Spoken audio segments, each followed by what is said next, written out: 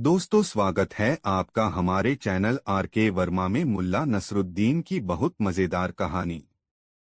चेचकरू जासूस की एक चाल। बहुत मजेदार कहानी दोस्तों, मुल्ला नसरुद्दीन का यह किस्सा भी काफी मशहूर है। एक बार वह एक गांव में लगभग 6 महीने तक रहा। वह अपनी हाजिर जवाबी, कुशाग्र बुद्धि और हंसी मजाक के लिए काफी प्रसिद्ध हो गया था। यह आवाज सुनते ही मुल्ला नसरुद्दीन बुरी तरह चौंक पड़ा। यह आवाज उसे कुछ जानी पहचानी सी लगी। यह आवाज हल्की और भर्राई हुई थी। उसे लगा कि उसने कुछ समय पूर्व ही यह आवाज सुनी है, मगर कब और कहां? दिमाग पर काफी जोर डालने के बाद भी उसे याद नहीं आया। वह कह रहा था, एक रोज की बात है। उस प्रांत के अधिकारी ने उस गांव में अपना एक हाथी भिजवा दिया, जहां की मुल्ला नसरुद्दीन रहता था। अधिकारी ने आदेश दिया कि हाथी के खाने पीने का कुल इंतजाम गांव वालों को ही करना होगा। यह हाथी अपनी भारी खुराक के लिए काफी विख्यात था। वह एक समय में 50 गट्ठर चरी, 50 गट्ठर जौ, 50 गट्ठर मक्का और 100 बोझ चारा खा जाता था। इसका नतीजा यह हुआ कि 15 दिन में ही गांव वालों के खेत खलिहान खाली हो गए। जब वे बेचारे बिल्कुल निराश हो गए और दूसरा कोई चारा न रहा, तो गांव वालों ने फैसला किया कि मुल्ला नसरुद्दीन को कस्बा अधिकारी के पास भेजा जाए, ताकि वह अधिकारी से निवेदन करे कि वे अपना हाथी उस गांव से वापस मंगवा लें। यह निर्णय हो जाने के बाद सब मुल्ला नसरुद्दीन के पास गए और उसे अपनी परेशानी बताई। नसरुद्दीन ने सबकी परेशानी को सुना, फिर उनका कष्ट दूर करने के लिए सहमत हो गया। फिर क्या हुआ? फिर उसने अपने गधे पर जीन कसी और निकल पड़ा प्रांत अधिकारी से मिलने। नेकी के काम में तो वह कभी पीछे रहता ही नहीं। एक व्यक्ति बोला, अरे काहे की नेकी? जाने से पहले गांव वालों से वो अपना मेहनताना तय करना नहीं भूला था। दरअसल इस काम के लिए उसने गांव वालों से इतनी मोटी रकम वसूली थी कि कितनों को तो अपने घर ही बेचने पड़ गए थे। वे फकीर हो गए। उनकी उस खराब हालत का जिम्मेदार सिर्फ और सिर्फ नसरुद्दीन ही था।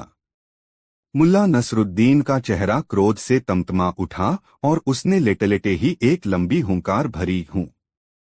किसी भी व्यक्ति ने इस हुंकार पर कोई ध्यान नहीं दिया। सभी ने सोचा कि सुनने वाला ही हुंकार भर रहा होगा, जबकि किस्सागो अपना किस्सा सुनाने में व्यस्त था। इस प्रकार मुल्ला नसरुद्दीन अपने सुस्त और बदमिजाज गधे पर सवार होकर प्रांतीय अधिकारी के महल पर जा पहुंचा। वह काफी देर तक अधिकारी के नौकरों की कृपा पर मोहताज लोगों की भीड़ में खड़ा रहा कि शायद भूल से उन लोगों की नजर उस पर भी पड़ जाए। वह उस नजरेक्रम के इंतजार में था जिसने कुछ लोगों को खुशियां बख्शी तो कुछ को बर्बाद भी किया।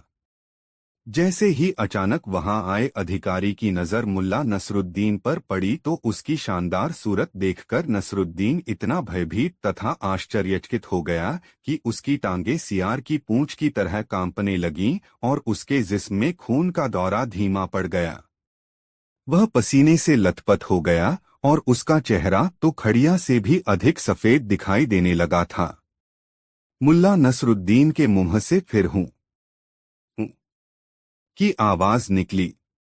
मंगर कहानी सुनाने वाले ने आक्रोश में भरी इस हुंकार की ओर कोई ध्यान नहीं दिया और अपनी ही रौ में बोलता चला गया। डर के मारे मुल्ला नसरुद्दीन के मुंह से आवाज न निकली। फिर कुछ साहस बटोरकर बदबूदार लकड़बग्घों जैसी मिमियाती आवाज में वह बोला, ऐ मेरे शानदार आका, ऐ इस सूबे के शानदार उजाले, ऐ इस सूबे के चांद सूरज, इस सूबे के निवासियों को खुशियां और आनंद बख्शने वाले, अपने इस नाचीज गुलाम की भी फरियाद सुनने की मेहरबानी कबूल फरमाएं, जो कि आपकी इस शानदार चौखट को अपनी दाढ़ी से साफ करने के भी लायक नहीं है।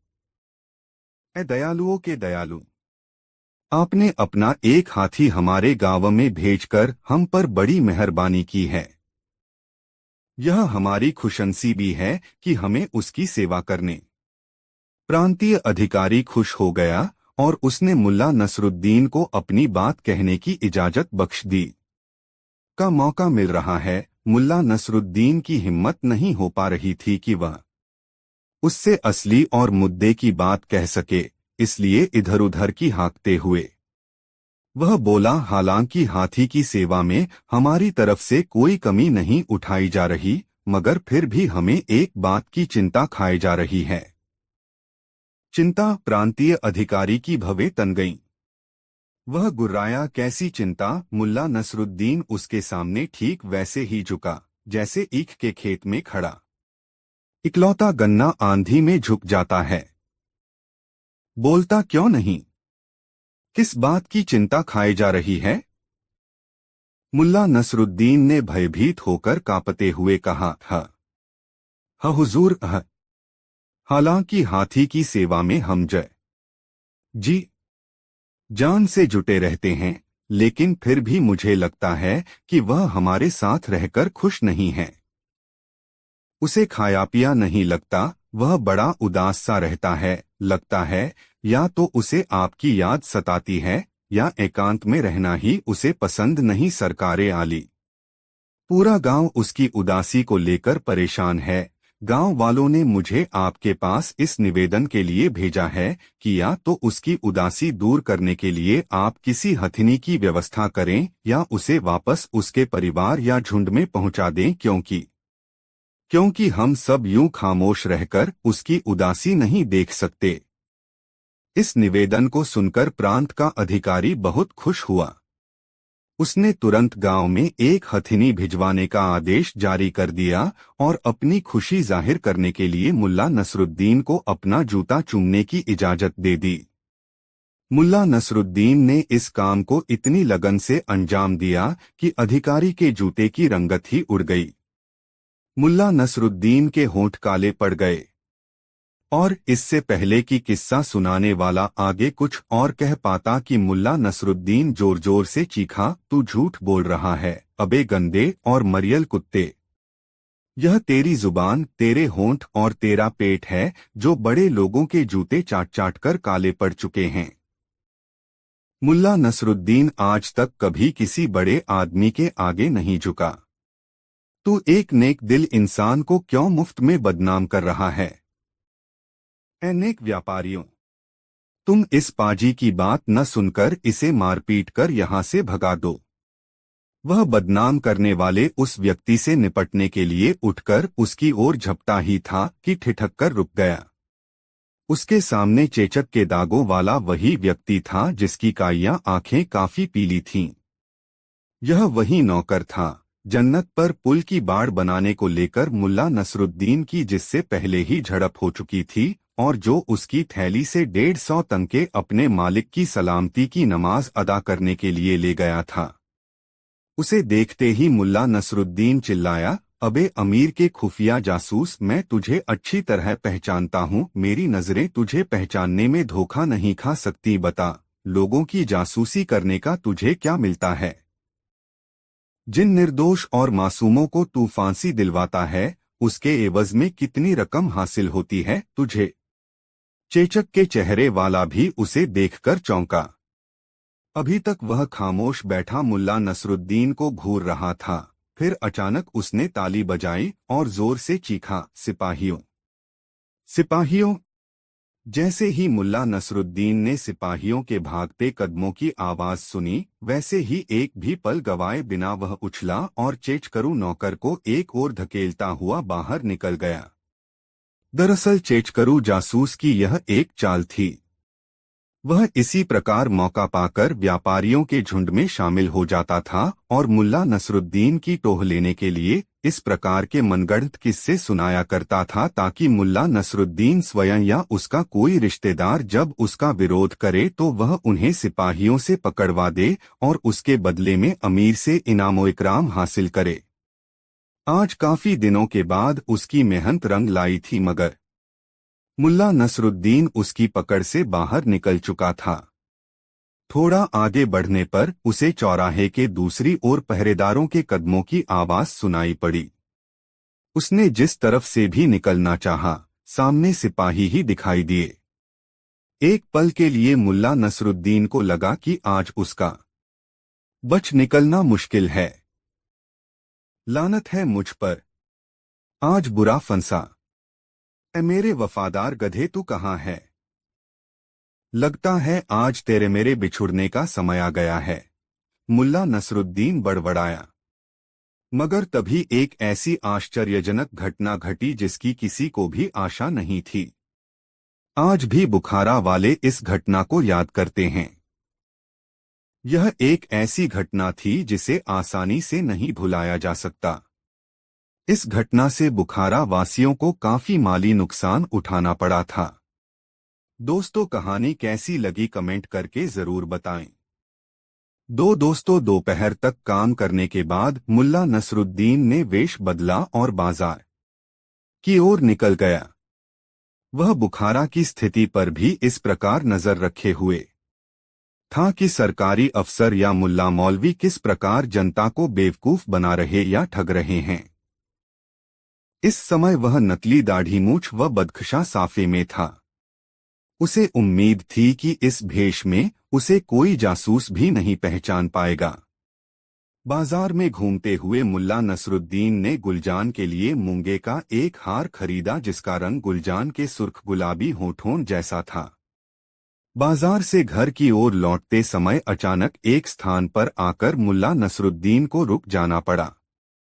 वहां एक मस्जिद के बाहर लोगों की भीड़ जमा थी। लोग उचकुचक कर मस्जिद की सीढ़ियों पर कुछ देखने का प्रयास कर रहे थे। एक मुल्ला मस्जिद की सीढ़ियों पर खड़ा कह रहा था, ऐ मुस्लिम भाइयों, जो आदमी यहाँ इस मस्जिद की पाक सीढ़ियों पर लेटा हुआ है, 10 वर्ष पुराना लकवे का मरीज है। इसका जिस्म हिलडुल नहीं सकता, आंख भी नहीं खोल सकता।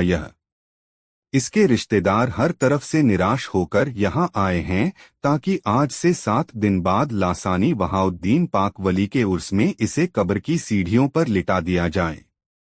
यहाँ इस प्रकार के अनेक असाध्य रोगी ठीक हुए हैं, इसलिए आओ हम सब मिलकर दुआ करें कि पाक शेख हम पर करम करे और इस बदनसीब को ठीक कर दें।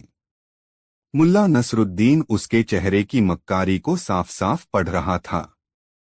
भोले भाले लोगों को इस प्रकार बेवकूफ बनाते देखकर उसने दिल ही दिल में सोच लिया कि इन मक्कार मुल्लाओं को भी सबक सिखाएगा, क्योंकि मस्जिद की सीढ़ियों पर लेटा वह भी कोई उन्हीं का चेलाच पाटा था जो लकवे के रोगी का ढोंग कर रहा था। भला मुल्ला नसरुद्दीन की आंखें उसके ढोंग को कैसे न समझ पाती। खैर, 7 दिन बाद उर्स का दिन भी आ गया। सूर्योदय से पूर्व ही लोग तीर्थाटन के लिए नंगे पांव ही घरों से निकल पड़े। मुल्ला नसरुद्दीन भी समय रहते वहां पहुंच चुका था। वहां आए लोगों में बीमार, अंधे, लंगड़े-लूले, बूढ़े व बच्चों सहित ऐसे भी बहुत से लोग थे जो किसी न किसी गुनाह की तौबा करने आए थे। कोढ़ी लोग भीड़ से कुछ दूर इकट्ठे बैठे थे।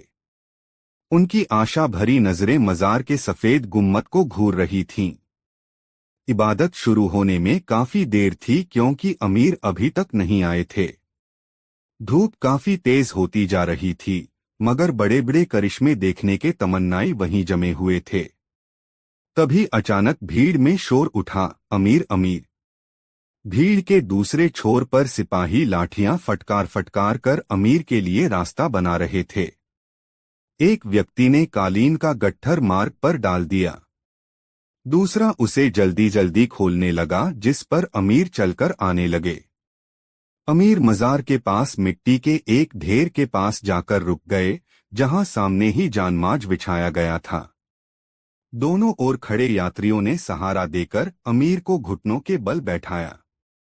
सफेद पोशाक पहने लंबी दाढ़ी वाले मुल्ला आधा दायरा बनाकर उसके पीछे खड़े हो गए। वे आकाश की ओर हाथ उठा उठाकर जोर जोर से आयतें पढ़ने लगे।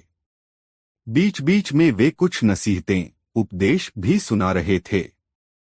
मुल्ला नसरुद्दीन आसपास के लोगों की नजरों से बचताबचाता एक वीरान कोने में बनी उस कोठरी तक जा पहुंचा, जिसमें अंधे, लंगड़े-लुल्ले व बीमार लोग रखे गए थे। इन्हें आज अपनी अपनी तकलीफ से निजात मिलने वाली थी और वे सभी अपनी बारी आने की प्रतीक्षा कर रहे थे। जो मुल्ला वहां तैनात थे उनके हाथों में तांबे के बड़े बड़े थाल थे। उनमें जो सबसे सीनियर था वह मुल्ला कह रहा था, आज के दिन पाक वहीउद्दीन वली खुदा हम नाचीज बंदों को करिश्मा कर दिखाने की ताकत प्रदान करते हैं। हमें पूरी उम्मीद है कि पाक वहीउद्दीन के रहमो करम से ये सभी रोगी यहाँ से ठीक होकर जाएंगे। आप लोग दिल खोलकर मस्जिदों के लिए दान दीजिए, अल्लाह आपकी इस खैरात से खुश होगा। तभी एक बड़ा मुल्ला वहां आ गया और बोला, उस अंधे आदमी को मेरे पास भेजो। मुल्ला नसरुद्दीन को समझते देर नहीं लगी कि इनका ड्रामा शुरू हो चुका। कुछ मुल्ला अंधे आदमी को कोठरी से निकाल आए। अंधे आदमी ने आकर मुल्ला के कदमों में माथा टेका, फिर मजार की सीढ़ियों पर अपने होंठ चिपका दिए। बड़े मुल्ला ने होंठों ही होंठों में कुछ बड़बड़ाते हुए उसके सिर पर हाथ फेरा और देखते ही देखते वह व्यक्ति उठकर खड़ा हो गया। उसने आंखें फाड़कर वहां मौजूद जनता को देखा, फिर खुशी से चीखते हुए नाचने लगा, मैं ठीक हो गया, मैं ठीक हो गया। वहाउद्दीन वली, तेरे रहमो करम से मैं बिल्कुल ठीक हो गया हूँ। तू बड़ा रहीम करीम है, तू बड़ा करिश्मा साज है। जैसे ही मुल्ला खैरात मांगने के लिए थाल लेकर आगे बढ़े, वैसे ही अमीर ने मुट्ठी भर अशर्फियां उसके थाल में डाल दी। अमीर के अधिकारियों और यात्रियों ने भी एक एक अशर्फी उसमें डाली। फिर भीड़ अपनी श्रद्धानुसार थाल में चांदी व तांबे के सिक्के डालने लगी। और फिर पाक वली वहीउद्दीन के रहमो करम से एक लंगड़ा भला चंगा हो गया। तभी एक सफेद दाढ़ी वाला मुल्ला नसरुद्दीन के करीब आकर बोला, दिल खोलकर खैरात करो, अल्लाह तुम्हें इसका फल देगा। मुल्ला नसरुद्दीन ने उसे ऊपर से नीचे तक घूर कर देखा, फिर बोला, पहली बात तो यह है कि मेरे पास खैरात करने के लिए पैसे नहीं हैं। दूसरी बात यह है कि मैं स्वयं एक पहुंचा हुआ फकीर हूं और इससे भी बड़ा करिश्मा करके दिखा सकता हूं। उसकी बात सुनकर मुल्ला जोर से चिल्लाया, ऐ मुसलमानों, यह कोई फकीर वकीर नहीं है, इसकी जुबान से शैतान बोल रहा है। इसकी किसी भी बात में सच्चाई नहीं है, यह तुम्हें भटका रहा है। तभी मुल्ला नसरुद्दीन भी चिल्लाया, ऐ भोले भाले और सीधे सादे लोगों, मैंने जो कहा है वह मैं करके दिखलाऊंगा। मैं इन तमाम रोगियों को बिना छुए ही ठीक करके दिखलाऊंगा। मैं एक ऐसा वाक्य बोलूंगा कि आप सब लोगों की खोई हुई शक्ति वापस आ जाएगी और स्वास्थ्य लाभ पाकर सभी अपने अपने स्थानों से उठकर भागने लगेंगे। उस कोठरी की दीवार पतली व कच्ची थी तथा जगह जगह से टूट भी रही थी। मुल्ला नसरुद्दीन ने एक कमजोर स्थान पर अपने कंधे से धक्का लगाया, छत व दीवारों से मिट्टी झड़ने लगी। लोगों ने घबराकर ऊपर की तरफ देखा और इसी के साथ मुल्ला नसरुद्दीन जोर से चीख उठा, भूकंप! भागो, भागो! चीखते हुए उसने दीवार पर एक जोरदार धक्का मारा, मिट्टी के बड़े बड़े टुकड़े गिरने लगे। यह देखते सुनते ही कोठरी में हड़कंप मच गया। लोग अंधाधुंध उठे और कोठरी से बाहर निकलने का रास्ता खोजने लगे। सबसे पहले लकवे का चेचक के दाग वाला रोगी ही उठकर बाहर भागा। उसके बाद सभी अपनी अपनी बीमारियों को भूलकर भाग खड़े हुए। इस हबड़कबड़ में एक लंगड़ा बिल्कुल ठीक हो गया। सारी भीड़ मुल्ला पर हंसने लगी। लोग सीटियां बजाने लगे। मुल्ला भीड़ पर काबू पाने की भरसक कोशिश कर रहा था, मगर भीड़ थी कि काबू ही नहीं आ रही थी। तभी कोई जोर से चिल्लाया, मुल्ला नसरुद्दीन! और फिर सारी की सारी फिजा इस आवाज से गूंज उठी, मुल्ला नसरुद्दीन आ गया, मुल्ला नसरुद्दीन आ गया। मुल्ला मौलवी चीखने चिल्लाने लगे तथा भीड़ के बीच से अपनी जान बचाकर भागने की कोशिश करने लगे। उनके हाथों में जो थाल थे वे भीड़ की अफरातफरी में उलट गए और सारे सिक्के इधर उधर बिखर गए। दोस्तों, कहानी पसंद आई हो तो वीडियो को एक लाइक जरूर कर दे। 3 दोस्तों, मुल्ला नसीरुद्दीन के जवानी के दिन थे। नई नई शादी हुई थी। एक बार उसकी पत्नी ने अपने माता पिता से मिलने की जिद ठान ली। मुल्ला ने भी सोचा, इतने दिन बीत गए, माँ बाप से दूर हुए, अगर बेगम अब अपने माता पिता से मिलना चाहती ही है तो इसमें बुराई भी क्या है। चलो 2-4 दिन के लिए उसको उसके माता पिता के पास छोड़ आते हैं, जी भर जाएगा तो आ जाएगी। ऐसा सोचकर मुल्ला नसीरुद्दीन अपनी बेगम को ससुराल पहुंचाने चला गया। जब वह अपनी बेगम को ससुराल पहुंचाकर वापस लौटने लगा, तब साले व ससुर दोनों ने ही उसे रात को ससुराल में ही रुक जाने को कहा। ससुराल के लोग मुल्ला नसीरुद्दीन को समझाने लगे, देखो बेटा, यहाँ से तुम्हारे घर जाने के रास्ते में खतरे ही खतरे हैं। 2 कोस का जंगल है और 1 फरलांग का कब्रिस्तान, ये दोनों तुम्हारे घर की राह में हैं। जंगल में चोर डाकू छिपे रहते हैं और राहगीरों से लूटपाट करते हैं। कब्रिस्तान और उसके आसपास का इलाका नशेड़ियों का अड्डा है। नशेड़ियों के उत्पात से वहां बराबर कोई न कोई हादसा होता ही रहता है। मगर इस तरह के हादसों के खौफ से मुल्ला नसीरुद्दीन अपना इरादा बदल ले, ऐसा कभी हो नहीं सकता था। मुल्ला नसीरुद्दीन ने अपने ससुराल वालों को समझाया, चोर डाकू या नशेड़ियों से डरने की जरूरत नहीं, ये लोग तो खुद डरे होते हैं और शरीफ लोगों से डरकर जंगल का रुख करते हैं। गुनाह करने वाले कभी शरीफों का सामना नहीं कर सकते। वे ऐसे ही लोगों को अपना शिकार बनाते हैं जिन पर उनका खौफ हावी हो जाता है। यदि चोर डाकुओं के भय से हम चलना फिरना छोड़ दें तो दुनिया का व्यापार ही रुक जाएगा। आप लोग घबराएं नहीं, मुझे जाने दें। मेरा विश्वास करें, चोर डाकू मेरा कुछ नहीं बिगाड़ सकेंगे। बहुत कहने के बाद भी जब मुल्ला नसीरुद्दीन ससुराल में रुकने को तैयार नहीं हुआ, तब भारी मन से ससुराल वालों ने उसे जाने की इजाजत दे दी। मुल्ला नसीरुद्दीन उनसे विदा लेकर अपने घर के रास्ते पर चल पड़ा। चलते चलते रात हो आई। जब वह जंगल के पास पहुंचा तब मध्य रात्रि का समय था। उसने देखा 4-5 लोगों का एक झुंड हाथ में कुछ गठरियां लेकर उसके आगे आगे चला जा रहा है। वह चुपचाप चलता रहा। उसने उस झुंड के बारे में अनुमान लगाया, शायद ये सभी राहजन हों, चोर या लुटेरे भी हो सकते हैं। ऐसा सोचता हुआ वह चलता रहा उनके पीछे। रात गहरा रही थी और जंगल से झींगुरों का शोर उभर रहा था, झनझन झनझन। इस झंझनाहट में उसके कदमों की आहट दब जाती थी। इस तरह चलता हुआ मुल्ला नसीरुद्दीन कब्रिस्तान के करीब पहुंचा। तब जाकर कहीं उस झुंड में शामिल लोगों को उसके कदमों की आहट मिली। चैंक कर उन लोगों ने पीछे पलटकर देखा। एक की नजर मुल्ला पर पड़ी और उसने अपने साथियों को सतर्क किया, देख रे शिकार। झुंड में शामिल लोग सीधे पलट गए और मुल्ला नसीरुद्दीन की ओर दौड़ पड़े। मुल्ला नसीरुद्दीन को स्थिति भांपते देर नहीं लगी। वे संख्या में 5 थे। अकेले मुल्ला उनका सामना नहीं कर सकता था। मुल्ला ने अपना रुख कब्रिस्तान की ओर कर लिया और झाड़ियों की ओट लेता हुआ वह एक ताजा खुदी कब्र के पास चला आया।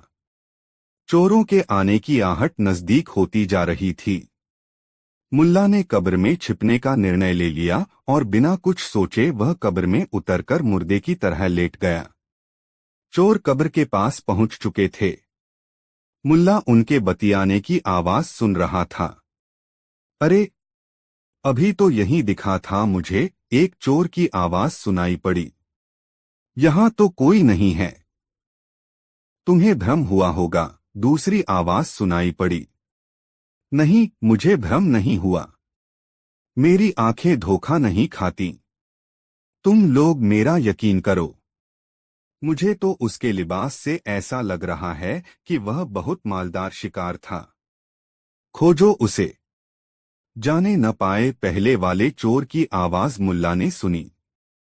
तभी एक तीसरी आवाज भी मुल्ला के कानों में पड़ी, करे, यह तो ताजा खोदी गई कब्र है। इसमें तो कहीं वह नहीं छिप गया। मुल्ला ने सोचा कि लो अब तो पकड़े गए, मगर उसने हौसला बनाए रखा, देखे अब क्या होता है। छिटकती चांदनी में उसने देखा 5 लोग कब्र के भीतर झांक रहे हैं। मुल्ला ने मन ही मन कुछ फैसला किया और भर्राई आवाज में बोला, रे मेरी नींद में खलल डालने की जुर्रत किसने की। उसकी आवाज सुनकर चोरों की रूह कांप गई। उनमें से एक ने हिम्मत की और पूछा, तुम कौन हो और कब्र में क्या कर रहे हो। मुल्ला ने गुर्राती आवाज में कहा, कब्र में मुर्दे क्या करते हैं। मैं एक नौजवान था जो अकाल मौत मरा। मेरी रूह को सुकून नहीं मिला, जिसके कारण मैं कब्र से निकलकर चैन की तलाश करता हूं और थककर फिर इस कब्र में आकर सो जाता हूं। तुम लोगों ने मेरी नींद खराब की है, इसकी सजा तुम लोगों को मिलनी चाहिए। मुल्ला व की इतनी बातें सुनते ही चोर घबरा गए और अपने हाथ की गठरियां कन्न में फेंकते हुए चिल्लाए, भागो भूत। मुल्ला ने कब्र में इत्मीनान से बैठकर गठरियां बटोरी और उन्हें टटोलकर अनुमान लगाया कि एक में जेवरात हैं और दूसरे में पैसे रुपए आदि। वह चोरों के भागने की आहट सुनता रहा। जब चोरों के भागने की आहट आनी बंद हो गई तब वह अपने स्थान से उठा और गठरियों के साथ कब्र से निकला और मस्त चाल में अपने घर की राह पर चल पड़ा। घर पहुंचकर उसने गठरियों को खोलकर देखा। गठर प्लस लियो में कीमती जेवरात, स्वर्ण मुद्राएं और कीमती शेरवानी, सलवार, साड़ियां, लहंगे आदि थे। मुल्ला नसीरुद्दीन ने कपड़ों को सलीके से सहेजा, साड़ियां और लहंगे अलग किए। दूसरे दिन शेरवानी और सलवार आदि को अपने ससुर व साले के लिए अलग अलग थैले में रखा तथा साड़ी व लहंगे को सास, साली और अपनी बेगम के लिए अलग अलग थैले में रखकर एक घोड़ा किराए पर लिया और अपनी पत्नी से मिलने ससुराल चल पड़ा। इतनी जल्दी दामाद की वापसी की उम्मीद उसके ससुराल वालों को नहीं थी। ससुर ने मुल्ला को प्यार से अपने साथ घर में ले जाते समय कहा, भी बेटे इतनी जल्दी क्या थी, अभी तो मैं अपनी बेटी को जी भर के देख भी नहीं पाया हूँ। मुल्ला नसीरुद्दीन ने सहज हंसी हंसते हुए कहा, रे ससुर जी आप घबराए नहीं, मैं बेगम को वापस ले जाने नहीं आया हूँ बल्कि आप लोगों के लिए कुछ सौगात लाया हूँ जो मुझे कल ही देना चाहिए था, मगर कल न सही आज सही। इसके बाद मुल्ला ने ससुर और साले को उनके लिए लाई थैलियां पकड़ा दी। अपने लिए दामाद द्वारा लाए गए बहुमूल्य कपड़े देखकर मुल्ला के ससुर साले खुश हो गए। सास और साली भी अपने लिए मुल्ला के लाए सौगात से प्रसन्न हुई। बेगम तो खुशी के मारे उछलने लगी, आज मेरे शौहर ने मेरे मायके में मेरी नाक ऊंची कर दी। ऐसा सोचते हुए वह मुल्ला से मिलने पहुंची तो मुल्ला ने उसे जेवरों और लहंगे की थैली देते हुए कहा, लो बेगम यह सौगात तुम्हारे लिए है। बेगम को अपनी आंखों पर यकीन नहीं हो रहा था। मुल्ला नसीरुद्दीन से इतने कीमती उपहार की उसने कभी आशा नहीं की थी। उसने संशय में पड़कर मुल्ला से पूछा, इतने कीमती उपहार तुम लाए कहाँ से? मुझे तो आशा नहीं थी। हाँ बेगम, आशा तो मुझे भी नहीं थी, मगर आसमानी उपहार तो कब्र में भी पहुंच जाता है सो पहुंच गया। ज्यादा कुछ मत सोचो, बस यह बताओ तुम्हें उपहार पसंद आए? हाँ बहुत बहुत अच्छे गहने हैं, लहंगा भी बहुत सजीला है, चटक रंग का, बेगम ने कहा। और तुम जब पहनोगी तब इनका रंग और खिल उठेगा, मुल्ला ने कहा। उसकी यह बात सुनकर बेगम मुल्ला के सीने से लग गई। शाम को जब मुल्ला अपनी ससुराल से अपने घर के लिए किराए के घोड़े पर सवार हुआ तब ससुराल वालों ने उसे न तो चोर का खौफ जताया और न लुटेरों का। वे तो बस मुल्ला नसीरुद्दीन के घोड़े की टाप सुनते रहे। दोस्तों वीडियो अपने मित्रों को जरूर शेयर करें। 4 मुल्ला नसीरुद्दीन के घर के सामने 2 लोग आपस में झगड़ रहे थे। उनमें से एक चीख कर कह रहा था, यहाँ से तुम तब ही जा सकोगे जब मुझे मेरे मेहनताने के रूप में कुछ नहीं दे दोगे। दूसरा आदमी जिसके सिर पर लकड़ियों का गट्ठर था बार बार उसकी मिन्नत कर रहा था, बाबू साहब कुछ नहीं तो कुछ नहीं ही होता है। यह कोई चीज तो है नहीं जिसका आदान प्रदान हो सके। मगर वह आदमी अड़ा था, मुझे कुछ नहीं चाहिए तो चाहिए। मुल्ला नसीरुद्दीन काफी देर से उन दोनों की यह दिलचस्प लड़ाई देख रहा था। वह टहलता हुआ उन दोनों के पास आ गया और उनसे पूछा, क्यों झगड़ रहे हो भाई? जिसके सिर पर लकड़ियों का गट्ठर था उसने रुआसे स्वर में कहा, हुजूर, इनसे मैंने सिर पर लकड़ियों का गट्ठर उठाकर रखने में मदद ली है। जब ये गट्ठर उठा रहे थे तब मुझसे पूछा था, तुम इस सहायता के एवज में मुझे क्या दोगे? मैंने इनसे साफ कहा, कुछ नहीं, क्योंकि इन्हें देने के लिए इस वक्त मेरे पास कुछ नहीं है। मुल्ला नसीरुद्दीन ने दूसरे व्यक्ति की ओर देखा, मानो पूछ रहा हो कि बोलो, तुम्हें कुछ कहना है?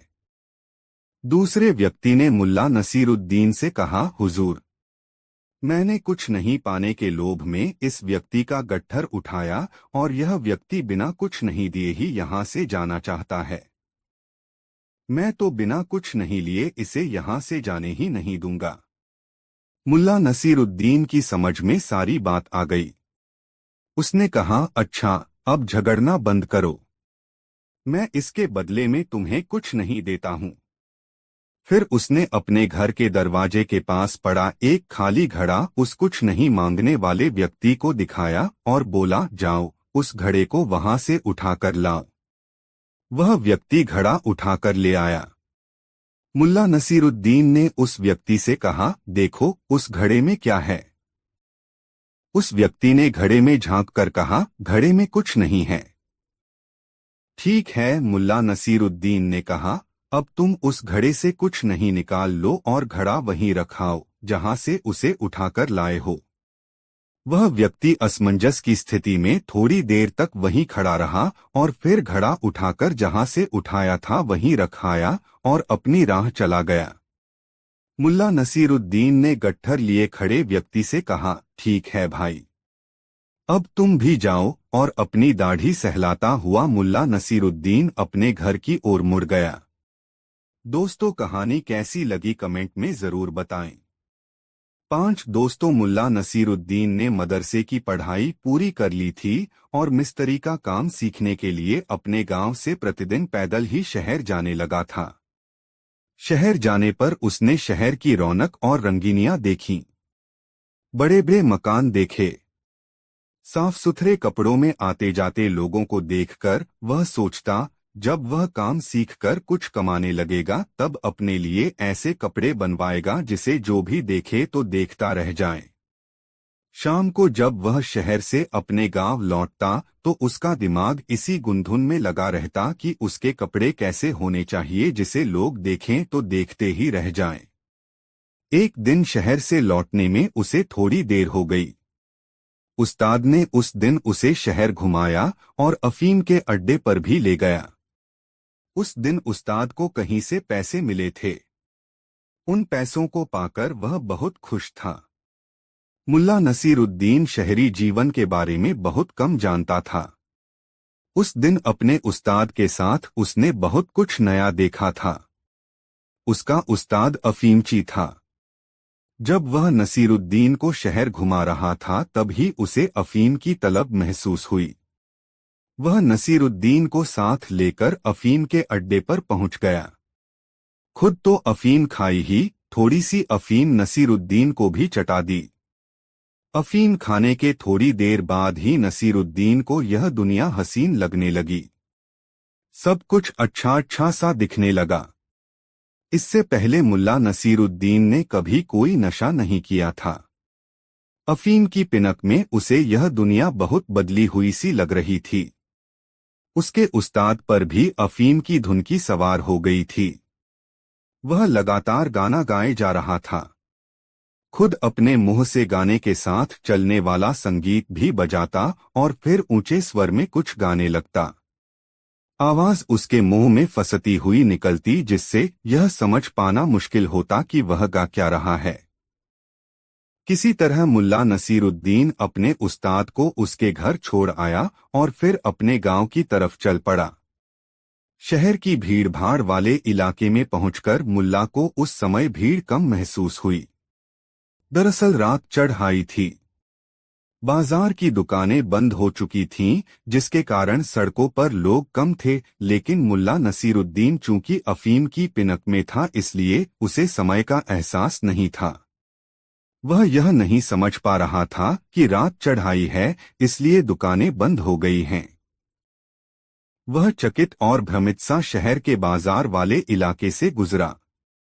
उसे कई बार यह भ्रम भी हुआ कि वह गलत रास्ते पर चल रहा है, किंतु इस भ्रम के साथ ही वह चैतन्य होकर सड़क के दाएं बाएं देखने लगता तो पाता कि वह सही सड़क पर ही चल रहा है। इस तरह ठमकते चलते मुल्ला नसीरुद्दीन उस मोड़ पर पहुंच गया जहां से उसके गांव के लिए सीधी सड़क जाती थी। मुल्ला उस सड़क पर पहुंचने के बाद आश्वस्त हुआ कि वह सही सड़क पर और सही दिशा में चल रहा है। उसने याद किया, यह सड़क सीधे ऊंचे घेरे वाले कुएं तक ले जाएगी और कुएं की बाईं तरफ से खेत के बीच से निकलने वाली पगडंडी से चलकर वह सीधे अपने घर पहुंच जाएगा।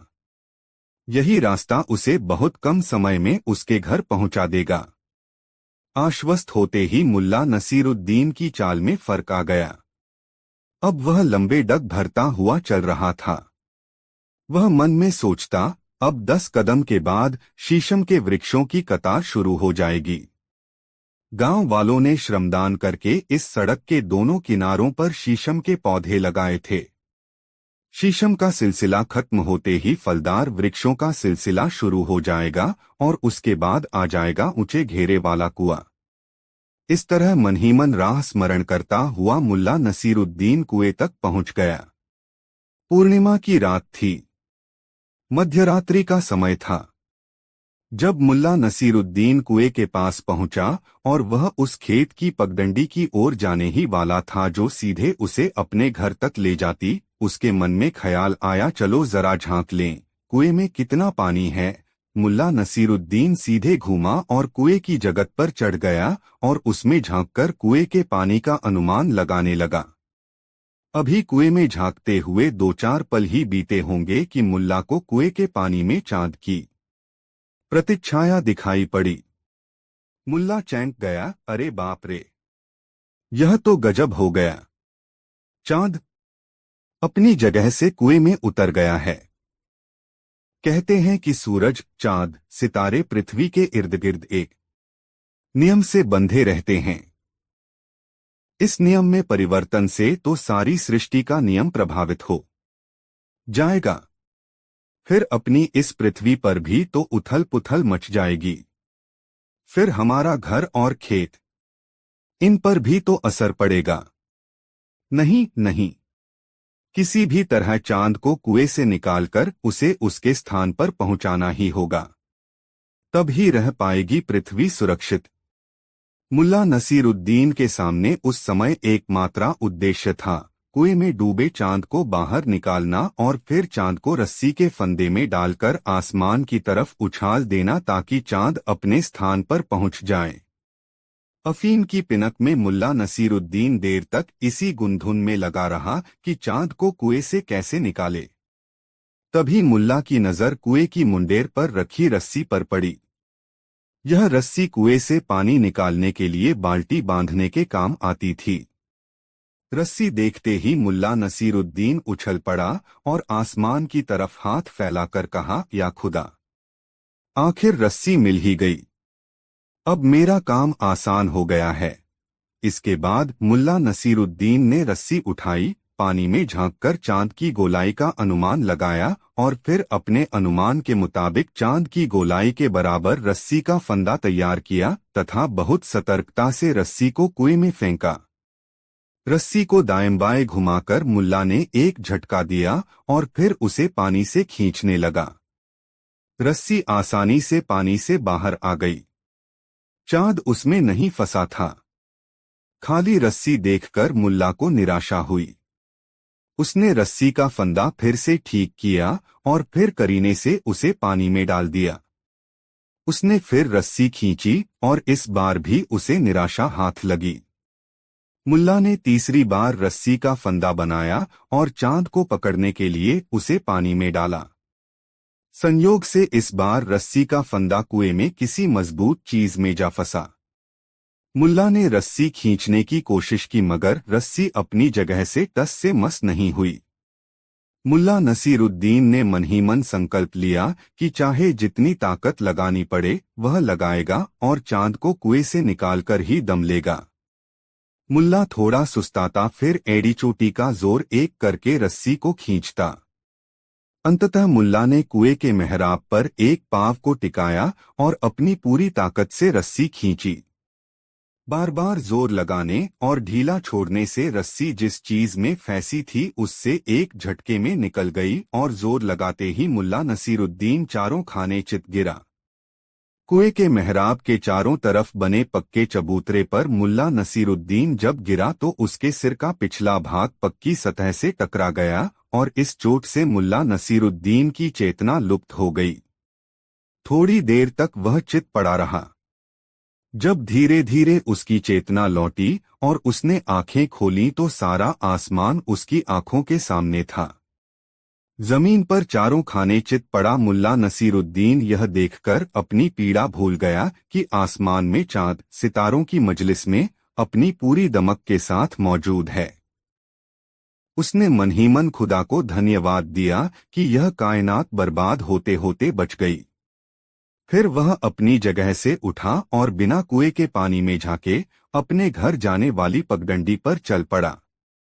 सामने आसमान में चांद दमक रहा था और चांद को देखकर मुल्ला नसीरुद्दीन सोच रहा था, आज मैंने समय पर नहीं देख लिया होता तो कुएं में ही डूब गया होता चांद। मुल्ला का हर कदम जो उसके घर की तरफ उठ रहा था बहुत तसल्ली भरा कदम था, जैसे उसने कोई किला फतह किया हो। दोस्तों, वीडियो को एक लाइक जरूर कर दे। 3 मुल्ला नसीरुद्दीन शाहतबियत इंसान था। उसकी शाहखर्ची और अलमस्ती देखकर लोग अपनी हैरत कुछ इस कदर बयां करते, गजब है यह मुल्ला नसीरुद्दीन भी। जेब में भले ही चिल्लर भी न हो मगर खर्च करने से बाज नहीं आता। इसे तो बादशाहत नसीब होनी चाहिए थी। मुल्ला नसीरुद्दीन अपनी जीवन शैली के कारण हर दिल अजीज बन गया था। उसकी फितरत थी लोगों के काम आना। अपनी जिंदगी में उसने यह देखा था कि दौलत कहीं भी ठहरती नहीं है और जिनके पास ठहरती है उसके बारे में आम तौर पर कंजूस, मक्खीचूस, दगाबाज, दौलत का यार, मतलबी, कपटी जैसे विशेषण उछलते हैं। इसलिए मुल्ला नसीरुद्दीन एक हाथ से दौलत कमाता तो दूसरे हाथ से खर्च भी कर देता। उसकी इस आदत से उसकी पत्नी दुखी रहती, मगर मुल्ला नसीरुद्दीन उसे यह समझाता रहता कि दौलत सहेजने में जीवन का आनंद नहीं है, जीवन का आनंद तो इस बात में छुपा है कि आपको चाहने वाले कितने हैं। आपकी पुकार सुनकर कितने लोग आपके पास आते हैं और आपके दुख सुख में हाथ बंटाते हैं। किंतु फाकाक्षी का दौर देख चुकी मुल्ला नसीरुद्दीन की पत्री उसकी इस समझ पर एतराज जताती और कहती, इंसान को अपनी गृहस्थी के बारे में भी सोचना चाहिए। आज ही नहीं, आने वाले कल के लिए भी उसे सतर्क रहना चाहिए। ऐसा न हो कि आज की मस्ती में आने वाले कल की चिंता ही न की जाए और खुदा न करे कि जब कल बुरा वक्त आए तो हाथ में एक ढेला भी नहीं हो। अर्थात दौलत के मुद्दे पर मुल्ला और मुल्ला की पत्नी के बीच मतभेद था। उनके बीच जीवन जीने के तरीके के बारे में बहस का दौर चल ही रहा था कि अचानक मुल्ला नसीरुद्दीन की आय का साधन जाता रहा और मुल्ला नसीरुद्दीन के सामने गंभीर आर्थिक संकट उपस्थित हो गया। हालात ऐसे बिगड़े कि मुल्ला नसीरुद्दीन को मेहनत मजदूरी करके अपनी और अपनी पत्नी की उदरपूर्ति का साधन जुटाना पड़ा। मुल्ला नसीरुद्दीन इस फाकाक्षी के दौर में भी अपनी शाहखर्ची पर काबू नहीं रख पाया। जो भी कमाता उसे खर्च करने में उसे कोई संकोच नहीं होता। उसकी पत्नी कल की चिंता में दुबली होने लगी। एक दिन मुल्ला नसीरुद्दीन को जंगल में पेड़ काटने का काम मिला। एक पेड़ काटने के एवज में उसे 1 सेर चावल व 2 पैसे नकद मेहनताना मिलना तय हुआ, बशर्ते कि वह पेड़ की डालियों को काटकर तने से अलग कर दे, भले ही इस काम में उसे 1 दिन लगे या 10 दिन। मुल्ला नसीरुद्दीन ने उत्साह के साथ कुल्हाड़ी उठाई और चल दिया जंगल की ओर, जैसे वह कोई जंग जीतने जा रहा हो। जंगल पहुंचकर मुल्ला ने ऐसा पेड़ तलाशा जिसका तना सीधा हो और डालियां भी सीधी हों। संयोग ही था कि उसे सीधे तने और सीधी डालियों वाला एक पेड़ जल्दी ही मिल गया। दिन ढलने से पहले ही मुल्ला ने पेड़ काटकर गिरा दिया और उसकी डालियां काटकर सीधा तना अलग कर दिया। अपना काम पूरा कर चुकने के बाद मुल्ला ठेकेदार के पास पहुंच गया। उसे दिन ढलने से पहले आया देखकर ठेकेदार ने उससे पूछा, अरे नसीरुद्दीन, तुम इस वक्त यहाँ? हाँ, अपनी मजदूरी लेने आया हूँ, मुल्ला नसीरुद्दीन ने अपनी दाढ़ी सहलाते हुए ठेकेदार से कहा। तो क्या तुम पेड़ काटकर आ रहे हो? अविश्वास भरे शब्दों में ठेकेदार ने पूछा। हाँ, मुल्ला नसीरुद्दीन ने विश्वास भरी नजरों से ठेकेदार को देखते हुए कहा। जैसे कहा था वैसे ही कटा? ठेकेदार ने मुल्ला नसीरुद्दीन से पूछा। हाँ, मुल्ला नसीरुद्दीन ने फिर हामी भरी। मगर ठेकेदार को मुल्ला नसीरुद्दीन की बातों पर यकीन नहीं हुआ।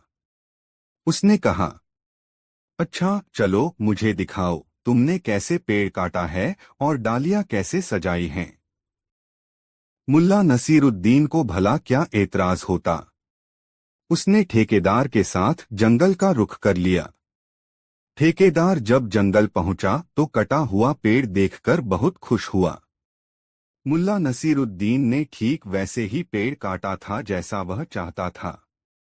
खुश होकर ठेकेदार ने मुल्ला को 2 की जगह 4 पैसे दिए और 1 की जगह 2 सेर चावल। मुल्ला के लिए यह बहुत था। घर में पत्नी के सिवा और कोई सगा संबंधी तो था नहीं, इसलिए मुल्ला ने सोचा इतना चावल दोनों पति पत्नी के लिए कुछ दिनों की जरूरतें पूरी कर देगा। घर पहुंचकर मुल्ला ने पत्नी को चावल का थैला थमाते हुए कहा, आज पुलाव बना लो, मैं घी और गोश्त लेकर आता हूँ। मजदूरी में 4 पैसे भी मिले हैं, मैं 2 पैसे लेकर जाता हूँ और ये 2 पैसे तुम रख लो। जब कोई जरूरत हो खर्च कर लेना। मैं समझता हूँ कि 1 पैसे का घी और 1 पैसे का गोश्त काफी होगा। मैं अपने दोस्तों को भी बुला लूंगा। बहुत दिन हुए किसी को हमने खिलाया नहीं। इतना कहकर मुल्ला नसीरुद्दीन ने अपनी पत्नी को 2 पैसे दे दिए और खुद झोला लेकर सामान खरीदने निकल गया। गोश्त और घी लेकर मुल्ला जल्दी ही घर लौट आया और पत्नी से कहा, तुम पुलाव पकाओ, मैं अपने दोस्तों को बुलाने जा रहा हूँ। मुल्ला के जाने के बाद उसकी पत्नी ने सोचा कि इस आदमी का दिमाग नहीं बदला। इतनी बुरी हालत में भी फिजूल खर्ची की आदत नहीं गई। आखिर क्या जरूरत आ गई दोस्तों को दावत देने की? अच्छा, आने दो दोस्तों को, खिलाती हूँ पुलाव। उसने गोश्त और घी छुपाकर रख दिया और खुद रसोई में बैठकर रोने लगी। जब मुल्ला नसीरुद्दीन अपने 4 दोस्तों के साथ अपने घर लौटा तब पत्नी को विलाप करते पाया। मुल्ला चकित होकर अपनी पत्नी को देखते हुए सोचने लगा, अरे क्या हुआ इसे? अभी तो भली चंगी थी, अब ऐसे रो रही है कि मानो दुखों का पहाड़ टूट पड़ा हो इस पर। ऐसा सोचते हुए मुल्ला नसीरुद्दीन ने उससे पूछा, अरे क्या हुआ तुम्हें? इस तरह बिल्ख बिल्ख कर क्यों रो रही हो? होना क्या है? तुम दोस्तों को बुला लाए हो, इधर जो पुलाव मैंने पकाया था उसे बिल्ली खा गई। उसकी पत्नी ने रुआसी आवाज में मुल्ला से कहा। मुल्ला नसीरुद्दीन के दोस्तों ने जब उसकी पत्नी की बात सुनी तब वे मुल्ला से बोले, रहने दे यार, फिर किसी दिन लेंगे दावत का मजा। मगर मुल्ला नसीरुद्दीन अपनी पत्नी के स्वभाव से परिचित था। उसे विश्वास नहीं हुआ कि 6 आदमी के लिए बना पुलाव एक अकेली बिल्ली गटक जाएगी। उसने बहुत सहज भाव से अपनी पत्नी से पूछा, कितने चावल का पुलाव पकाया था? 1 सेर, उसकी पत्नी ने जवाब दिया। और उसमें गोश्त कितना मिलाया? मुल्ला ने पूछा। जितना लाए थे उसका चौथाई, मुल्ला की पत्नी ने जवाब दिया। तो 1 सेर चावल और आधा सेर गोश्त, कुल मिलाकर 1.5 सेर। और चावल में पानी भी जज्ब हुआ होगा। मुल्ला ने बदबुदाते हुए पत्नी से पूछा। तो लगभग 2 सेर पुलाव बिल्ली खा गई। और बिना उसके उत्तर की प्रतीक्षा किए वह दूसरे कमरे की ओर बढ़ गया। कमरे में उसकी पालतू बिल्ली थी, न छोटी और न बड़ी, मझोले कद की। उसने बिल्ली को गोद में उठा लिया और पत्नी के पास आया तथा पूछा, इसी बिल्ली ने पुलाव खा लिया न? बिल्ली को देखकर मुल्ला नसीरुद्दीन की पत्री सहम गई और उसने गर्दन हिलाकर हामी भर दी। दरअसल मुल्ला नसीरुद्दीन ने भांप लिया था कि उसकी पत्नी झूठ बोल रही है, मगर वह उसे सबूत के साथ यह बतलाना चाह रहा था कि वह झूठ बोल रही है। पत्री के हामी भरते ही मुल्ला नसीरुद्दीन ने रसोई में रखा तराजू उठाकर बिल्ली को तौला। संयोग यह हुआ कि बिल्ली पूरे 2 सेर की निकली, न कम और न ज्यादा। मुल्ला ने अपनी पत्नी से कहा, देखो पूरे 2 मेर है। अगर यह बिल्ली है तो बताओ कि पुलाव कहाँ है, और अगर यह पुलाव है तो बताओ कि बिल्ली कहाँ गई। मुल्ला के सवाल से उसकी पत्री घबरा गई। उसने सच कबूल कर लिया कि उसने अभी तक पुलाव पकाया ही नहीं। मुल्ला ने बिना बिगड़े बहुत शालीनता के साथ अपनी पत्नी से कहा, बेगम, अब पुलाव बना ही दो ताकि मेरे दोस्त यहाँ से तुम्हारे हाथ के बने पुलाव का जायका याद करते हुए जाएं। इसके बाद मुल्ला नसीरुद्दीन की पत्नी ने पुलाव पकाया। मुल्ला नसीरुद्दीन ने अपने दोस्तों के साथ पुलाव का मजा लिया। जब उसके दोस्त जाने लगे तब मुल्ला नसीरुद्दीन ने कहा, दोस्तों, यदि बिल्ली ने पुलाव नहीं खाया होता तो इस पुलाव का वह मजा ही नहीं मिलता जो हमें मिला। मैं तो इस पुलाव का जायका भूलने वाला नहीं। मुल्ला नसीरुद्दीन की बात सुनकर उसके दोस्त हंस पड़े और हंसते हुए विदा हुए। दोस्तों के जाने के बाद मुल्ला नसीरुद्दीन ने अपनी पत्नी को बहुत प्यार से समझाया, बेगम, किसी को खिलाने से कुछ कमता नहीं, लोगों की दुआ मिलती है। किसी को खिलाकर जो सुख मिलता है उसका आनंद ही कुछ और है। मेरा तो मन पुलकित हो उठता है जब 2-4 लोग साथ खाने वाले मिल जाते हैं। उसकी बात सुनकर उसकी पत्नी अपने किए पर बहुत शर्मिंदा हुई और भविष्य में कभी भी ऐसा नहीं करने का वचन मुल्ला नसीरुद्दीन को दिया। वह अपनी पत्नी की बात सुनकर गुनगुनाने लगा, खाने वाले हम हैं, खिलाने वाला वो। दोस्तों, वीडियो को एक लाइक जरूर कर दे। 4 मुल्ला का पहला दाव। मजेदार कहानी। रात हो गई थी। मुल्ला नसरुद्दीन को इसी क्षण का इंतजार था। वह अपने कक्ष से मिट्टी की एक सुराही लेकर बाहर निकला और सीढ़ियां उतरकर दबे पांव हरम के पहरेदारों तक जा पहुंचा। वह देखो एक सितारा और टूटा। एक मोटा पहरेदार सिपाही बोला, यदि तुम कहते हो कि सितारे टूटकर जमीन पर गिरते हैं तो वे जमीन पर पड़े दिखाई क्यों नहीं देते? वे शायद समुद्र में गिर जाते हों, दूसरे ने कहा। तभी मुल्ला नसरुद्दीन ने टोका, ऐ सिपाहियों, ख्वाजासरा पहरेदार हिजड़े को बुलाओ, मैं अमीर की नई रखैल के लिए दवा लाया हूँ। खबर मिलते ही ख्वाजासरा दौड़ता हुआ आया। उसने बड़ी ही सावधानी से सुराही थाम ली। उसमें सफेद खड़िया का पानी था। मुल्ला नसरुद्दीन ख्वाजासरा को बड़ी बारीकी से इस दवा की सेवन विधि समझाने लगा। तभी मोटा तुंदियल सिपाही बोला, ए परम गुणी मौलाना हुसैन, आप तो सब कुछ जानने वाले हैं, कृपया ये बताएं कि ये सितारे टूटकर कहाँ चले जाते हैं? मुल्ला नसरुद्दीन के सामने चाहे कैसी भी परिस्थिति क्यों न हो, वह मजाक का वक्त और मौका निकाल ही लेता था। उसने बड़ी गंभीरता से उन्हें बताया, ये सितारे, मेरे बच्चों, ये सितारे टूटकर जमीन पर गिरते हैं और छोटे छोटे चांदी के सिक्कों में तब्दील हो जाते हैं। सुबह भिखारी लोग इन्हें बटोर लेते हैं। इस प्रकार मैंने बहुत से लोगों को अमीर बनते देखा है। सिपाही आश्चर्य से एक दूसरे का मुंह देखने लगे। मुल्ला नसरुद्दीन उन्हें बेवकूफ बनाकर आगे बढ़ गया। उसे इस बात का बिल्कुल पता न था कि यह मूर्खतापूर्ण तुक्का भविष्य में उसके लिए बड़ा ही कारगर साबित होने वाला है। वह अपनी मीनार पर चला गया।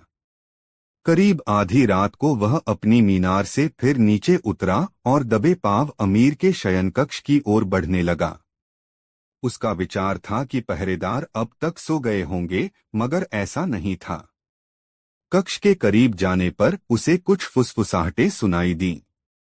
काश, एक पहरेदार कह रहा था, काश यहां भी कोई सितारा टूटकर गिर जाता तो हम भी अमीर बन जाते। दोस्तों, वीडियो को एक लाइक जरूर कर दे।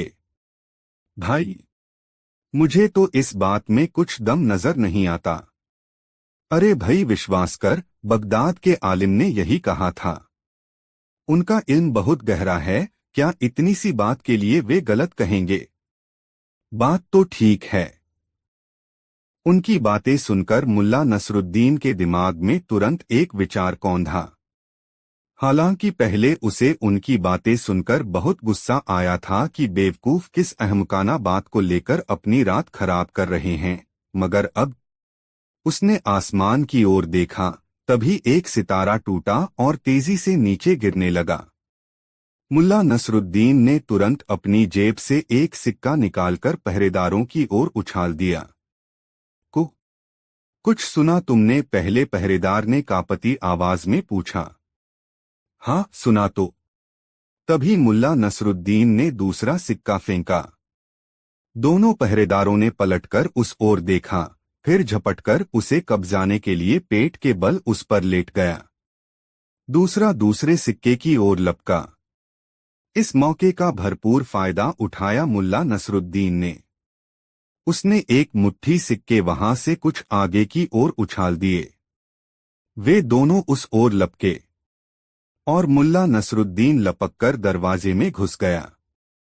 कुछ ही पलों बाद वह हरम में गुलजान के कक्ष में था।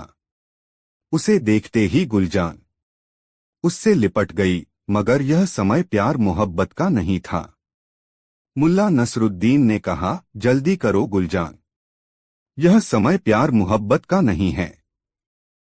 ख्वाजासरा बेफिक्री की नींद सोया पड़ा था।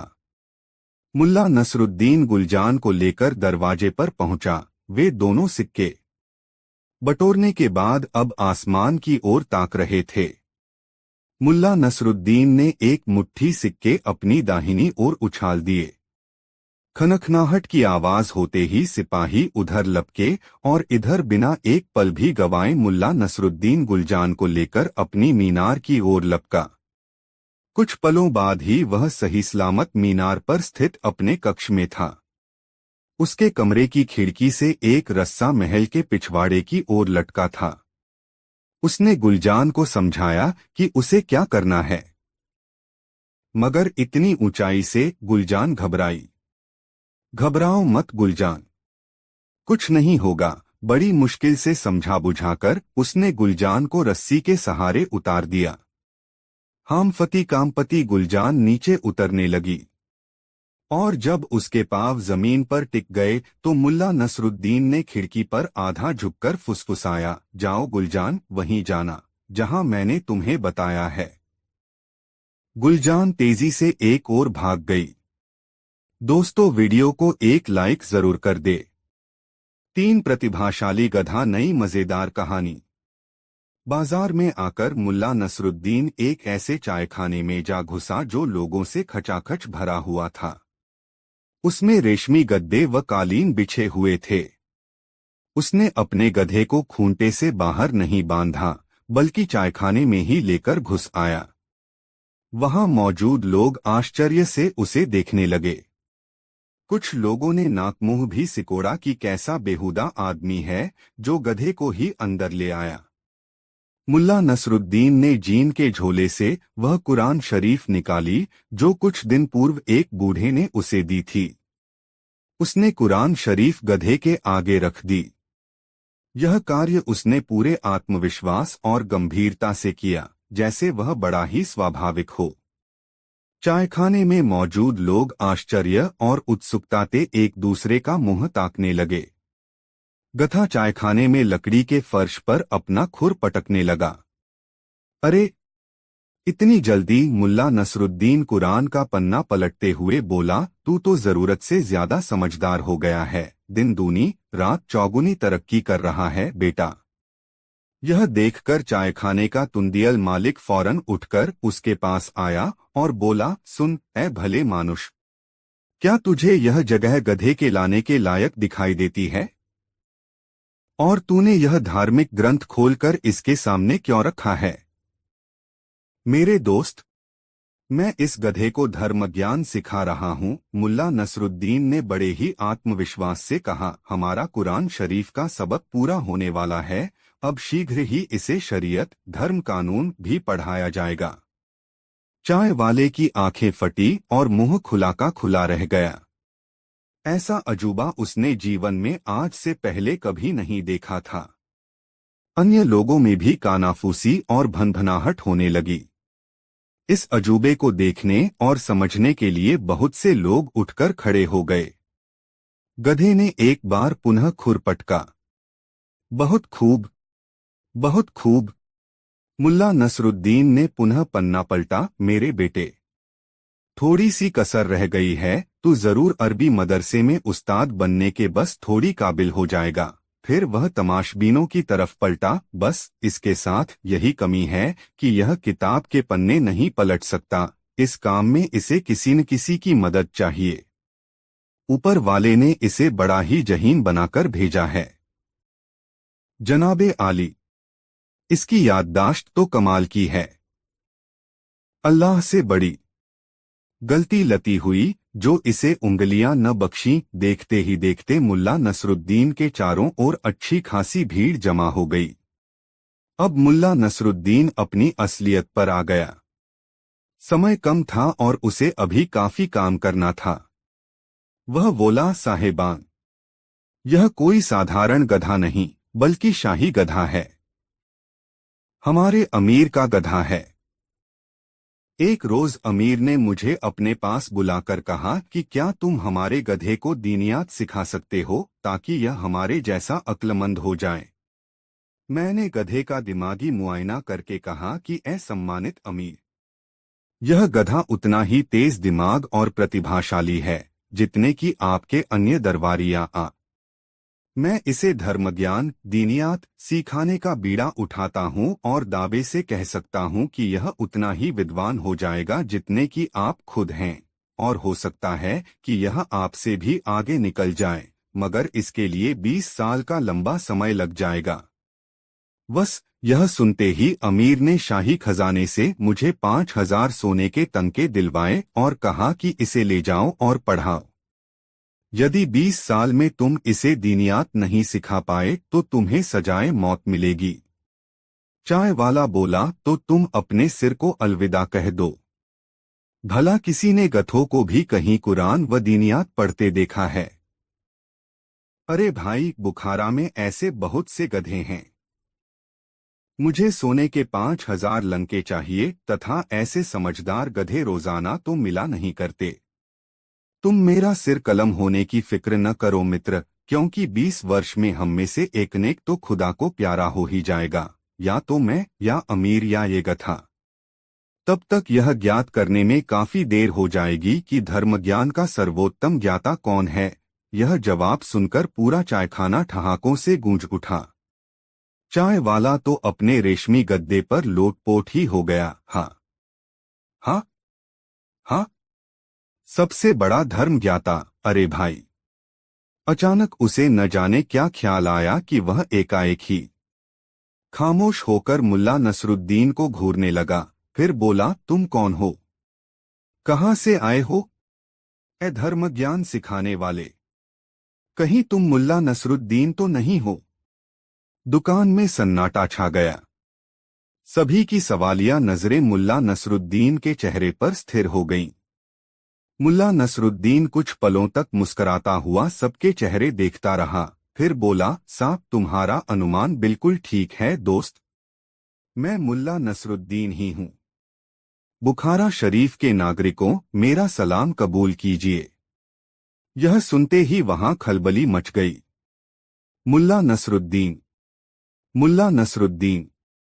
और यह बुलंद आवाज एक चायखाने से दूसरे में, दूसरे से तीसरे में, और फिर देखते ही देखते यह चर्चा पूरे पूरे शहर में फैल गई कि मुल्ला नसरुद्दीन बुखारा में आ चुका है। प्रत्येक स्थान, प्रत्येक गली कूचे में सिर्फ और सिर्फ एक ही चर्चा थी, मुल्ला नसरुद्दीन की चर्चा। दूर दूर के लोग चायखाने में आकर एकत्रित हो गए थे। ताजिक, उज्बक, तुर्कमानी, तातर, जर्जियाई वहां एकत्रित होकर जोर जोर से चिल्लाकर अपने प्यारे नसरुद्दीन, खुशमिजाज व हास्य प्रिय नसरुद्दीन का स्वागत कर रहे थे। भीड़ बढ़ने के बाद किसी ने एक गट्ठर बढ़िया किस्म की घास गधे के आगे लाकर डाल दी। किसी ने जई का ढेर लगा दिया और किसी ने एक बाल्टी साफ पानी उसके आगे रख दिया। मुल्ला नसरुद्दीन बाहर चायखाने की बरसाती में आ गया। उसने अपने चाहने वालों को सलाम करके उनका हार्दिक अभिनंदन किया, फिर एक तख्त पर खड़ा होकर बोला, बुखारा के नागरिकों, मैं आप सबका तहे दिल से स्वागत करता हूं। आप लोगों से मिलकर मेरा मन खुशी से नाच उठा है। हम पूरे 10 वर्षों के बाद मिल रहे हैं। मैं जानता हूं कि आपके दिलो दिमाग में बहुत से सवाल कौंध रहे हैं। ऐ मेरे प्यारे देशवासियों, मैं आपके सवालों के जवाब गीत गा गा कर देना चाहता हूं। कहकर उसने पास ही रखा मिट्टी का एक घड़ा उठा लिया, उसका पानी फेंककर खाली किया और उसे बजा बजाकर गीत गाने लगा। मुल्ला नसरुद्दीन ने जब से होश संभाला था, तब से वह अमीरों, सूदखोर आदि के अत्याचारों को गीतों के रूप में गा गा कर जनता के सामने रखता था। अपनी कविताओं और गीतों में उसने अमीर और सूदखोरों पर करारे व्यंग्य कसे थे। अंत में वह लोगों से कहता कि जिस प्रकार एक रोज पाप का घड़ा फूटता है, उसी प्रकार अमीर का घमंड भी एक न एक दिन अवश्य ही चूर चूर हो जाएगा और जनता को उसके अत्याचारों से मुक्ति मिलेगी। यह कहकर वह घड़े को धरती पर पटककर चूर चूर कर देता था। इस बार भी गीत की समाप्ति पर उसने ऐसा ही किया। फिर जनता से मुखातिब होकर बोला, दोस्तों, नयाज कुम्हार को सूदखोर और अमीर के बेरहम फैसले से बचाने की कोशिश करनी चाहिए, उसकी मदद करनी चाहिए। आप लोग मुल्ला नसरुद्दीन को भली भांति जानते हैं कि वह सही समय पर लोगों का कर्ज चुका देता है। क्या कोई मुझे कुछ समय के लिए 4 सी लंके दे सकता है? यह सुनकर एक भिश्ती तेजी से आगे बढ़ा और बोला, भाई मुल्ला नसरुद्दीन, हम गरीबों के पास भला इतना धन कहाँ है? हमारा सारा धन तो भारी भारी कर चुकाने में ही चला जाता है, लेकिन मेरा यह नया पटका आप ले लो, शायद इससे कुछ मिल जाए। यह कहकर उसने अपना नया पटका मुल्ला नसरुद्दीन के कदमों में डाल दिया। इसके साथ ही लोगों में सरगोशियां सी होने लगीं। फिर जैसे एकाएक ही सामूहिक आंदोलन सा फैल गया। देखते ही देखते उसके कदमों में पगड़ी, पटके, रुमाल, जूते और बर्तनों आदि का ढेर लगने लगा। तुंदियल चाय वाले ने भी 2 बेहतरीन चायदानियां व तांबे की 2 तश्तरियां लाकर उसके कदमों में रख दी। देखते ही देखते सामान का बड़ा सा ढेर हो गया। बुखारा के नेक व रहमदिल नागरिकों, मुल्ला नसरुद्दीन बोला, बस बस, बहुत सामान हो गया। अब मैं नीलामी शुरू करता हूँ। यह रहा भिश्ती का पटका, जो इसे खरीदेगा उसे प्यास नहीं सताएगी। ये रहे कुछ मरम्मत किए पुराने जूते जो कि मक्का हो आए हैं। इन्हें पहनने वाले को जियारत, तीर्थ यात्रा का सुख मिलेगा। ये सभी सामान बहुत सस्ते में बिक रहा है, जल्दी करो। मुल्ला नसरुद्दीन चिल्ला रहा था, मगर जनता गुमसुम सी चुपचाप खड़ी थी। अमीर और सूदखोर के अत्याचारों से दुहखी जनता की जेब खाली थी। दोस्तों, वीडियो कैसा लगा कमेंट में जरूर बताएं। दोस्तों, एक दिन मुल्ला नसीरुद्दीन अपनी बगिया के फूलों को पानी से सींच रहा था।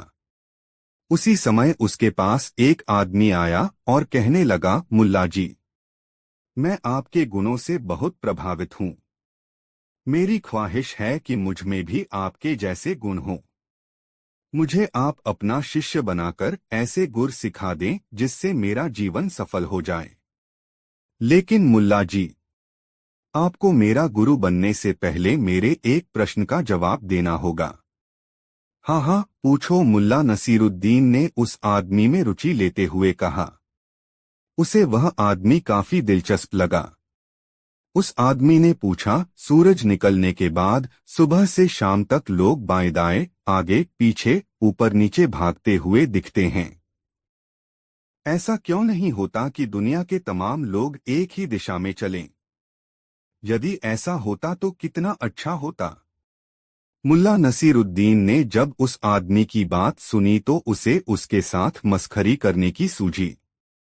उसने कहा, अरे, तू मेरा शिष्य बनने तो आ गया, मगर तू इतनी छोटी सी बात भी नहीं जानता। तू तो महामूर्ख है। अपने लिए महामूर्ख संबोधन सुनकर वह व्यक्ति बौखला गया और उत्तेजित होकर पूछने लगा, आपने मुझे महामूर्ख कहा? मैं आपको अपना गुरु बनाने आया हूँ, इस बात का भी ख्याल नहीं रखा आपने। मुझे महामूर्ख कह दिया, जबकि मेरा सवाल स्वाभाविक है। यह प्रश्न तो प्रत्येक जिज्ञासु के मन में उत्पन्न होना चाहिए। या तो आप मेरी शंका का समाधान करें या फिर मुझे बताएं कि मैं महामूर्ख कैसे हूं। अब मुल्ला नसीरुद्दीन के चकराने की बारी थी। उसने तो सोचा था कि मजाक की बात मजाक में ही निकल जाएगी, मगर यह तो अजीब हो गया। यह आदमी तो अब बेकाबू हो रहा है। कहा तो आया था यह मेरा शिष्य बनने, कहा अब बिफर कर मुझे ही गुरुता सिखाने लगा है। मन ही मन मुल्ला नसीरुद्दीन उससे निपटने के उपाय सोचने लगा। अचानक उसे कुछ ख्याल आया और उसने आगंतुक से कहा, मुझे जरूरत ही नहीं कि मैं तुम्हें परले दर्जे का बेवकूफ साबित करूं। मूर्खाम हाँ, मूर्डों को कुछ भी साबित करने पर समझ में नहीं आता है। हाँ, मैं तुम्हें बताता हूं कि यह धरती नाव जैसी है। यदि एक ही दिशा में लोग भागने लगे तो धरती उलट जाएगी, इसीलिए धरती के लोग भिन्न दिशाओं में चलते हैं। समझ गए? समझ चुके तो गर्दन हिलाओ या हाँ कहो। जब वह आदमी संशय में पड़ गया, सोचने लगा, बड़ा शातिर है यह मुल्ला नसीरुद्दीन। मैं बचपन से पढ़ता आया हूं कि पृथ्वी गोल है और यह कह रहा है कि धरती नाव की तरह है। अगर कह दूं कि उन्होंने जो कहा मैं समझ गया तो तुरंत यह शख्स मुझसे कहेगा बेवकूफ। क्या खाक समझ रखते हो? धरती भी कहीं नाव की तरह उलट सकती है। और यदि कहता हूं कि यह बात मेरी समझ के बाहर है, तब तुरंत मुल्ला नसीरुद्दीन को यह कहने का अवसर मिल जाएगा कि अरे बेवकूफ, इतनी सी बात नहीं समझ सकते। उसे उलझन में देखकर मुल्ला नसीरुद्दीन ने पूछा, क्या हुआ? तुम कुछ कहते क्यों नहीं? वह व्यक्ति बोला, क्या कहूं? समझें तब भी और नहीं समझें तब भी मुझे आप परले दर्जे का बेवकूफ ही कहने वाले हैं। उसकी बात सुनकर मुल्ला नसीरुद्दीन ने हंसकर कहा, सबके सामने जीवन के ऐसे ही सवाल हैं, क्या करोगे? इतना तो मुझे पता चल ही गया कि तुम समझदार हो, इसलिए तुम मेरे शिष्य बन सकते हो। और उस दिन वह व्यक्ति मुल्ला नसीरुद्दीन का शिष्य बन गया। दोस्तों, कहानी कैसी लगी कमेंट बॉक्स में जरूर बताएं। साथ निजी मामला, बहुत मजेदार कहानी। मुल्ला नसीरुद्दीन के दिन फिरते देर नहीं लगी और फाकाक्षी के दौर से गुजरकर वह फिर से संपन्नता की बुलंदियां छूने लगा। जमींदार ने उसे 25 बीघा जमीन किसी बात पर खुश होकर दे दी थी। मुल्ला नसीरुद्दीन में लगन और मेहनत की कमी तो थी नहीं। वह मनोयोग से अपने नए काम में जुट गया और जल्दी ही किसानी के जरूरी गुर सीखने लगा। किस मौसम में कौन सी फसल उगानी चाहिए, किस फसल में कब कब और कितना पानी डालना चाहिए, किस फसल की कोड़ाई कब होती है, निराई के वक्त किन बातों पर ध्यान दिया जाना आवश्यक है, आदि बातें उसे जवानी की याद हो गईं। उसने अपने खेत में बाजरा लगाया था और प्रतिदिन खेत की चौहद्दी की परिक्रमा करता था ताकि खेत में कहीं कुछ कमी दिखे तो उसकी भरपाई में वह लग जाए। एक दिन मुल्ला नसीरुद्दीन अपने खेत की मेंढ से गुजर रहा था कि उसने देखा उसके खेत में उसके एक पड़ोसी शमसुद्दीन का बैल घुस आया है और छुट्टा घूम घूम कर फसल नष्ट कर रहा है। मुल्ला नसीरुद्दीन को यह देखकर बहुत गुस्सा आया। उसने पड़ोसी शमसुद्दीन के पास जाकर कहा, शमसुद्दीन भाई, आपका बैल मेरे खेत में घुस आया है। आप चलकर अपने बैल को पकड़कर ले आइए। वह मेरी फसलों को नष्ट कर रहा है। मुल्ला नसीरुद्दीन जितना सीधा सादा इंसान था, ठीक उसके विपरीत शम्मुद्दीन बहुत ऐंठन वाला घमंडी इंसान था। मुल्ला नसीरुद्दीन को खैरात में जमीन का इतना बड़ा टुकड़ा मिलने से वह उससे ईर्ष्या करने लगा था। पहलवानी का शौक था उसे, जिसके कारण वह हट्टा कट्टा और दमदार भी था। हमेशा अपनी रोबीली मूंछों पर वह ताव देता रहता था। जब मुल्ला ने उससे बैल के खेत में घुस आने की शिकायत की तो वह मूंछों पर ताव देता हुआ जोर जोर से हंसने लगा। फिर कहा, अरे तुम कैसे किसान हो जो यह भी नहीं जानते कि जब कोई जानवर किसी खेत में घुस जाए तब यह किसान और जानवर के बीच का मामला होता है, जिसमें तीसरे को कुछ न बोलना चाहिए और नहीं करना चाहिए। अब जानो तुम और जाने बैल, मैं बीच में क्या करूं? यह तो तुम दोनों के बीच का निजी मामला है। मुल्ला नसीरुद्दीन वहां से चुपचाप अपने खेत की तरफ लौटा। रास्ते में उसे एक पेड़ की लंबी टहनी मिल गई। उसने उस टहनी को उठाकर देखा, लठ की तरह यह टहनी भारी, ठोस और मजबूत थी। वह लठ लेकर अपने खेत में घुसा और ताबड़तोड़ बैल पर लठ बरसाने लगा। बैल जिधर से भागना चाहे मुल्ला तेजी से उस ओर जाकर लठ चलाने लगता। थोड़ी देर के बाद शमसुद्दीन मुल्ला के खेत की ओर अपने बैल को देखने आया। तब उसे फटफट फटाक की आवाजें सुनाई पड़ने लगीं। मुल्ला के खेत से लठ चलने की आवाज से शमसुद्दीन चौंक पड़ा और आशंकित हो उठा कि कहीं मुल्ला उसके बैल की धुनाई तो नहीं कर रहा है। खेत के करीब पहुंचकर उसने देखा कि मुल्ला नसीरुद्दीन उसके बैल को घेर घेर कर लठ मार रहा है। उसने खेत की मेंढ से ही चीखकर कहा, मुल्ला नसीरुद्दीन, यह क्या कर रहे हो? तुम मेरे बैल को मार डालोगे क्या? मुल्ला ने सादगी से कहा, यह जानवर मेरे खेत में है। यह जानवर और मेरे बीच का निजी मामला है। इसमें किसी तीसरे को दखल देने की जरूरत नहीं। मैं चाहूं तो इसे चरने दूं, चाहूं तो पीहूं, कोई तीसरा इसमें कैसे पड़ सकता है? शमसुद्दीन के होश ठिकाने आ गए और उसने मुल्ला को वचन दिया कि अब वह बैल को कभी उसके खेत की ओर नहीं फटकने देगा। शमसुद्दीन के तेवर ढीले होते देखकर मुल्ला नसीरुद्दीन के चेहरे पर मुस्कान तैरने लगी। दोस्तों, मुल्ला नसरुद्दीन की यह कहानी आपको कैसी लगी कमेंट बॉक्स में जरूर बताएं। ऐसी और नई मजेदार कहानी सुनने के लिए हमारे चैनल आरके वर्मा को सब्सक्राइब जरूर कर ले। वीडियो अपने मित्रों को जरूर शेयर करें। वीडियो देखने के लिए धन्यवाद।